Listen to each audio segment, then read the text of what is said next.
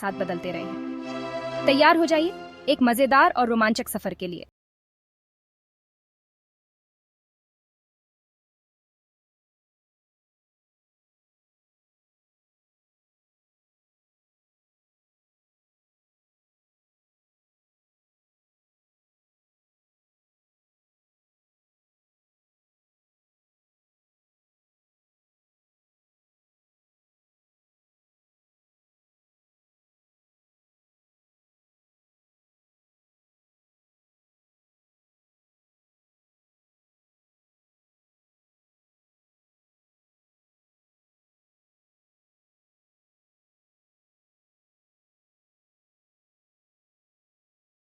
कितना मुश्किल होगा ना। अब हम आते हैं मध्य युग में, शूरवीरों, महलों और अजगरों के जमाने में। इस समय के खिलौने भी बहुत ही रोमांचक थे। बच्चों के पास लकड़ी के घोड़े होते थे, जिन पर बैठकर वे खुद को शूरवीर समझते थे। वे मिट्टी और कांच से बने कंचों से खेलते थे। और अमीर बच्चों के पास तो मशीन से चलने वाले खिलौने भी होते थे। ये खिलौने पुराने जमाने के रोबोट की तरह होते थे, जिन्हें चाबी देकर चलाया जाता था। इस समय के खिलौने हमें बताते हैं कि बच्चे हमेशा से ही नई नई चीजों में रुचि रखते थे और उनकी कल्पना की कोई सीमा नहीं होती थी। चैप्टर 3। अब हम आते हैं 1700 और 1800 के दशक में, जब खिलौनों का आविष्कार तेजी से होने लगा था। कारखाने बनने लगे थे और खिलौने बनाने वाले नए नए प्रयोग करने लगे थे। टिन के सैनिक बहुत लोकप्रिय हो गए थे। इन्हें असली सैनिकों की तरह रंगा जाता था। जर्मनी में पहली बार गुड़ियाघर बनाए गए और अमीर परिवार इन्हें इकट्ठा करने लगे। और इस समय का सबसे बड़ा खिलौना स्टार था टेडी बियर। क्या आप जानते हैं कि टेडी बियर का नाम टेडी कैसे पड़ा? दरअसल इसका नाम अमेरिका के राष्ट्रपति थियोडोर टेडी रूजवेल्ट के नाम पर रखा गया था। एक बार शिकार के दौरान उन्होंने एक भालू को गोली मारने से मना कर दिया था। इसके बाद खिलौना निर्माताओं ने उनके सम्मान में एक प्यारा सा भालू का खिलौना बनाया और देखते ही देखते टेडी बियर दुनिया भर में बच्चों का पसंदीदा खिलौना बन गया। चैप्टर 4। अब हम प्रवेश करते हैं 1900 के दशक में, जब कुछ सबसे प्रसिद्ध खिलौनों का आविष्कार हुआ। इस समय खिलौना कंपनियों ने बड़े पैमाने पर खिलौने बनाना शुरू कर दिया था। 1903 में क्रेयोला क्रेयॉन का आविष्कार हुआ। आखिरकार बच्चे अपनी दुनिया को रंगीन बना सकते थे। 1916 में लिंकन लॉग्स बनाए गए, जिससे बच्चे अपने छोटे छोटे केबिन बना सकते थे। 1930 के दशक में पहले प्लास्टिक के खिलौने दिखाई दिए। इससे पहले अधिकांश खिलौने लकड़ी या धातु के बने होते थे। 1950 के दशक में मिस्टर पोटैटो हेड और बारबी डॉल ने खिलौनों की दुनिया पर कब्जा कर लिया। 1958 में लेगो ईंट का आविष्कार हुआ। और हाँ, तब से लेकर आज तक लेगो पर पैर रखना दर्दनाक है। 70 और 80 के दशक में अटारी और निंटेंडो जैसे वीडियो गेम ने बच्चों के खेलने के तरीके को बदल दिया। खिलौने पहले से कहीं ज्यादा चमकीले, शानदार और मजेदार होते जा रहे थे। चैप्टर 5। और ये हमें आज के समय में लाता है। 21वीं सदी ने खिलौनों को एक नए ही स्तर पर पहुंचा दिया है। हमारे पास ऐसे रोबोट हैं जो बात कर सकते हैं और सीख सकते हैं। वीआर हेडसेट जो आपको गेम के अंदर खेलने का मौका देते हैं। ड्रोन जिन्हें आप अपने फोन से कंट्रोल कर सकते हैं। और कुछ खिलौने तो आर्टिफिशियल इंटेलिजेंस से भी लैस हैं। कल्पना कीजिए कि 50 या 100 साल में खिलौने कैसे दिखेंगे। हो सकता है कि हमारे पास होलोग्राम प्लेमेट या असली सुपर हीरो सूट हो। लेकिन एक बात तो तय है कि चाहे खिलौने कितने भी बदल जाएं, बच्चों के खेलने और कल्पना करने की चाहत हमेशा बनी रहेगी। तो दोस्तों, यह था खिलौनों के इतिहास का एक छोटा सा झलक।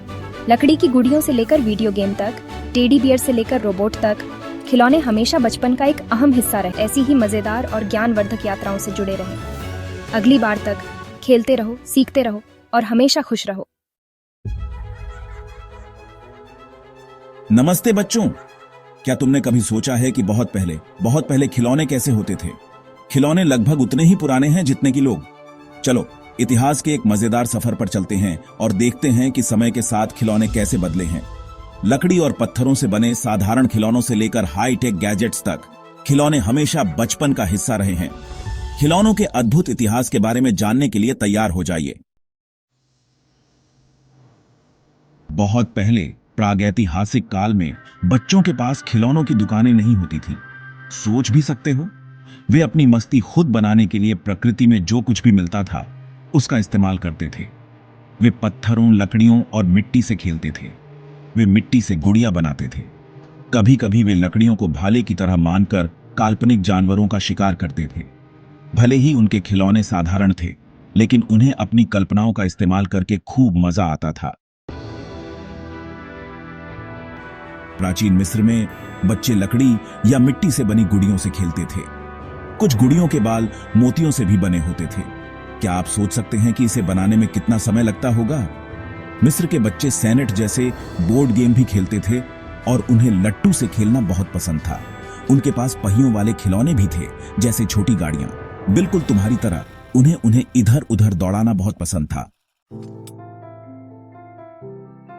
मध्य युग के दौरान शूरवीरों और किलों का बोलबाला था। लड़के और लड़कियां लकड़ी की तलवारों और ढालों से खेलते थे, बहादुर शूरवीर होने का नाटक करते थे। वे कपड़े और लकड़ी से बनी गुड़ियों से भी खेलते थे। कुछ बच्चों के पास घोड़े पर सवार खिलौना शूरवीर भी थे। वे अपने मध्ययुगीन रोमांच खुद बनाने के लिए अपनी कल्पनाओं का इस्तेमाल करते थे। भाग 5, सुंदर गुड़िया और घूमते चित्र। 1500 से 1800 के बीच खिलौने और भी सुंदर हो गए। गुड़िया सुंदर कपड़ों और नाजुक आकृतियों के साथ बनाई जाती थी। कुछ गुड़िया तो बात भी कर सकती थीं और चल भी सकती थीं। क्या आपने कभी ज़ोएट्रोप के बारे में सुना है? यह एक खास खिलौना था जिससे चित्र हिलते हुए दिखाई देते थे। यह जादू जैसा था। बच्चों को घेरा, पतंग और कंचे से खेलने में भी मजा आता था।